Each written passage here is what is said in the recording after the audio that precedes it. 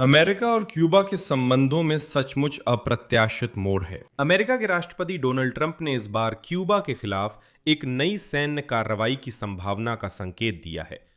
अमेरिकी राष्ट्रपति ने सभी को याद दिलाया कि सेना वेनेजुएला में सफल अभियान चला चुकी है और निकोलास मादुरो को पकड़ चुकी है। ट्रंप ने कहा, जल्द ही वो दिन आएगा जिसका अमेरिका 70 साल से इंतजार कर रहा है। जैसा उन्होंने कहा, यह क्यूबा के लिए नया सवेरा होगा। कई लोगों ने सवाल किया कि ट्रंप ने अभी क्यूबा को क्यों याद किया जबकि ईरान से जंग जारी है। इसी बीच सनसनीखेज खबरें आईं। पता चला कि एक दिन पहले अमेरिकी विदेश विभाग के प्रतिनिधियों ने क्यूबा की राजधानी हवाना में क्यूबा के अधिकारियों से मुलाकात की, जिनमें बुजुर्ग तानाशाह राउल कास्त्रो के पोते भी शामिल थे, ताकि वे लोकतांत्रिक और आर्थिक स्वतंत्रताओं का सम्मान करने का आह्वान और अनदेखी के खतरे की चेतावनी दे सकें। यानी मूल रूप से अमेरिकी अधिकारी क्यूबा में बातचीत और अंतिम चेतावनी देने के लिए पहुंचे थे। साथ ही अमेरिका ने अचानक क्यूबा से हर तरह की भलाई का वादा करना शुरू कर दिया अगर क्यूबा अमेरिका समर्थक बन जाए। मेरा नाम अलेक्सेई पीची है। आइए मिलकर चर्चा करें। लेकिन इस एपिसोड को शुरू करने से पहले मैं आपसे अनुरोध करता हूं कि चैनल को सब्सक्राइब करें, लाइक करें, इस एपिसोड के नीचे कोई भी कमेंट लिखें और मेरे टेलीग्राम चैनल को भी सब्सक्राइब करें। लिंक वीडियो के डिस्क्रिप्शन में है। तो आज ये पता चला है कि अमेरिकी विदेश विभाग के प्रतिनिधि क्यूबा हवाना गए हैं ताकि वहां क्यूबा के अधिकारियों से मिल सकें, जिसमें तानाशाह राउल कास्त्रो के पोते से भी मुलाकात है, ताकि वे लोकतांत्रिक और आर्थिक स्वतंत्रता की वकालत कर सकें और अमेरिका की सलाह अनदेखी करने के खतरों से आगाह कर सकें। सिर्फ डांट फटकार ही नहीं, अमेरिकी प्रतिनिधिमंडल ने लालच भी दिया।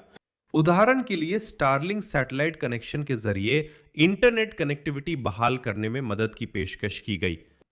ये मुलाकात राजनयिक सफलता है क्योंकि ओबामा के 10 साल पहले क्यूबा दौरे के बाद पहली बार अमेरिकी सरकार का विमान क्यूबा पहुंचा। ये दोनों देशों की नजदीकी बढ़ाने की कोशिश है, लेकिन मौजूदा हालात 10 साल पहले की स्थिति से काफी अलग हैं। इस बार क्यूबा सामाजिक पतन के कगार पर है और अमेरिका में सत्ता में राष्ट्रपति डोनाल्ड ट्रंप हैं। उनके साथ विदेश मंत्री मार्को रूबियो हैं, जो क्यूबाई मूल के हैं और वे समझौते करने के लिए कहीं कम तैयार हैं। और अब एक उच्च पदस्थ विदेश विभाग के अधिकारी ने बताया कि कई बैठकें हुई हैं, लेकिन उन्होंने प्रतिभागियों के नाम बताने से इनकार कर दिया, सिवाय एक के, राउल गिलर्मो रॉड्रिगेज कास्त्रो, जो कास्त्रो के पोते हैं। Известный как Раулито-младший. अमेरिका में कास्त्रो को अपने दादा का वास्तविक प्रतिनिधि माना जाता है, जबकि क्यूबा की असली सत्ता उसके दादा को माना जाता है।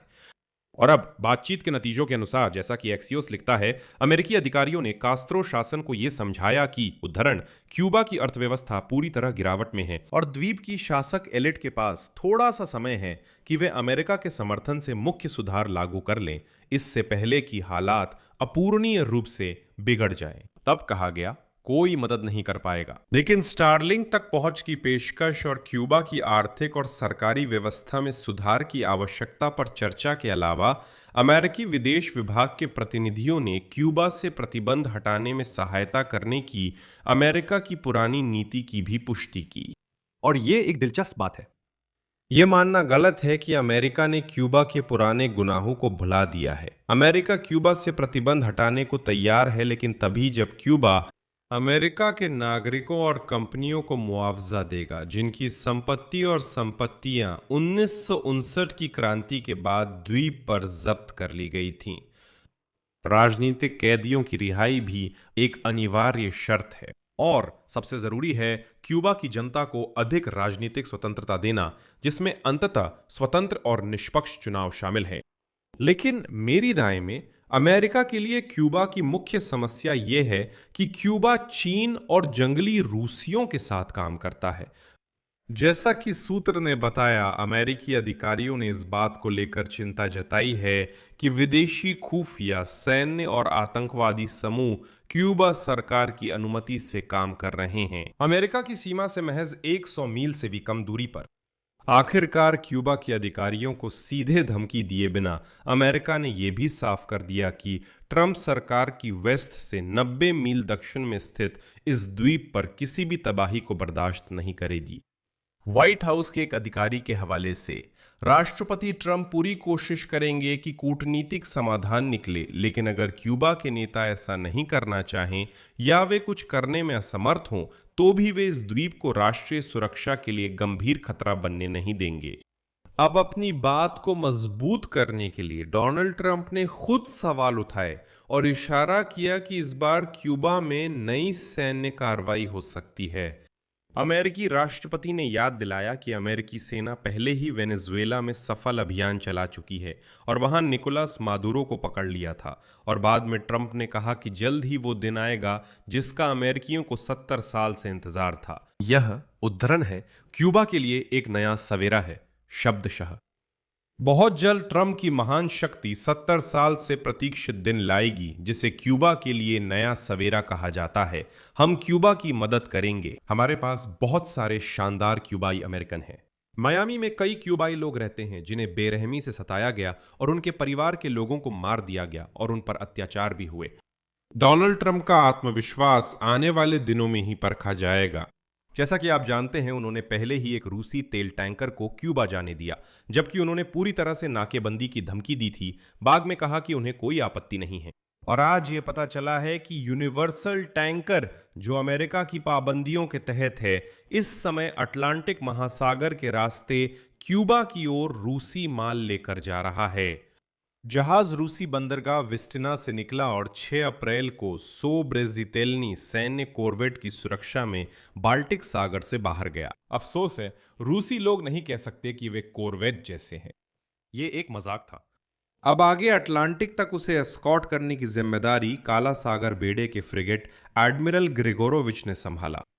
इसके अलावा यह भी स्पष्ट है कि रूस अब इस माल को क्यूबा पहुंचाने की कोशिश कर रहा है, और हाल ही में वहां सर्गेई लावरोव, रूसी संघ के विदेश मंत्री, उन्होंने कहा था कि ट्रंप के सभी बयानों के बावजूद वे क्यूबा में वही करेंगे जो वे करना चाहते हैं।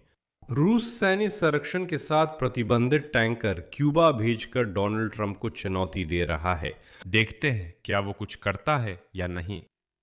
यह मैं विराम लेता हूं। अपनी राय नीचे कमेंट करें, चैनल सब्सक्राइब करें, घंटी दबाएं और लाइक करें। अगर आप मेरे काम और इस YouTube चैनल को सपोर्ट करना चाहते हैं तो डोनेशन या पेड स्पॉन्सरशिप सब्सक्रिप्शन के जरिए दिए गए लिंक्स से आर्थिक मदद कर सकते हैं, इस वीडियो के डिस्क्रिप्शन या स्क्रीन पर दिए QR कोड से।